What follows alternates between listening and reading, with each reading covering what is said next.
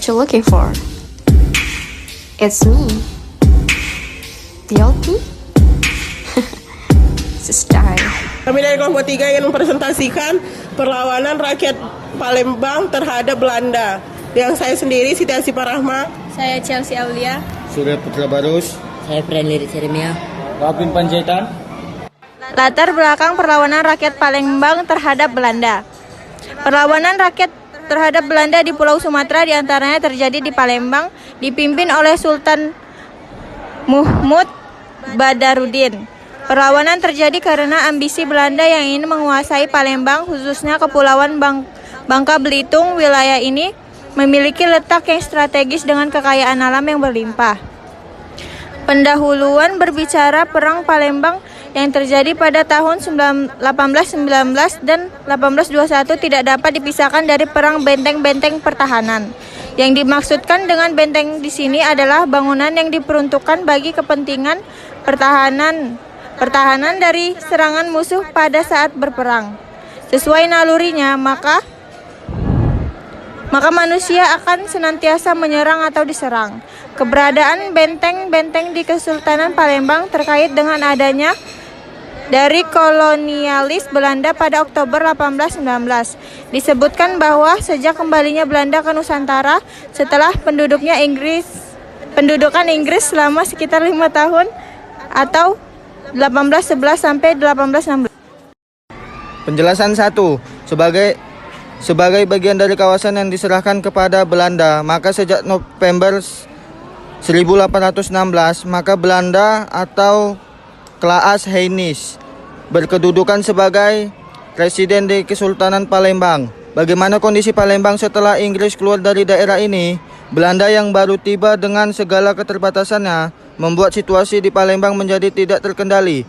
Banyak terjadi kekacauan, khususnya di daerah perbatasan atau Lampung dan Bengkulu, dan di daerah Uluan, serta perairan Palembang, Bangka. Sultan Najamuddin II atau adik Sultan Badarudin II yang berkuasa pada waktu itu tidak mampu berbuat banyak menghadapi hal tersebut. 3 residen Belanda juga tidak berhasil mengamankan Palembang.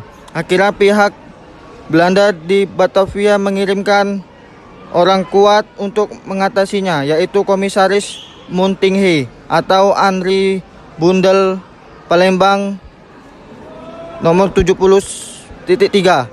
Kebijakan Muntinghe membagi wilayah Kesultanan Palembang atau Juni 1818 dengan dalil memulihkan keamanan disambut baik oleh Sultan Badarudin II. Melanjutkan penjelasan dari Surya.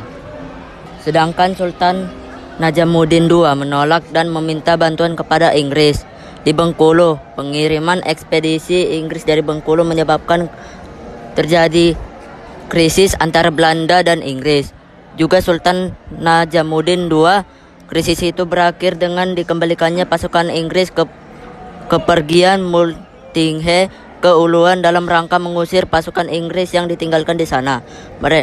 Memberi peluang kepada Sultan untuk mempersiapkan diri dalam rangka melepaskan diri dari pengaruh Belanda.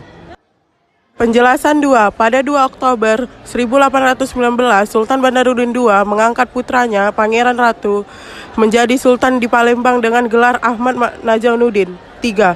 Hal ini disengaja dilakukan agar Badarudin II lebih fokus memimpin perlawanan Kesultanan Palembang untuk menguasai Belanda pada 2 Mei 1821.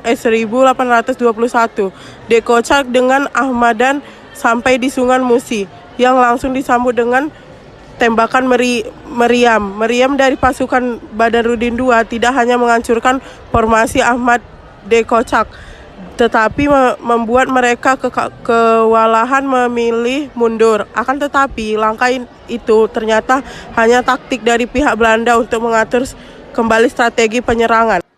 Sekitar 101 orang dari pihak Belanda tewas dalam perang Menteng, sementara jumlah di pihak Palembang tidak diketahui. Badarudin II bersama keluarganya termasuk Sultan Ahmad Jamaluddin III dibawa ke Batavia sebelum akhir diasingkan ke Ternate pada 3 Juli 1821 hingga akhir hayatnya. Akibat dari peperangan ini, Palembang jatuh ke tangan Belanda.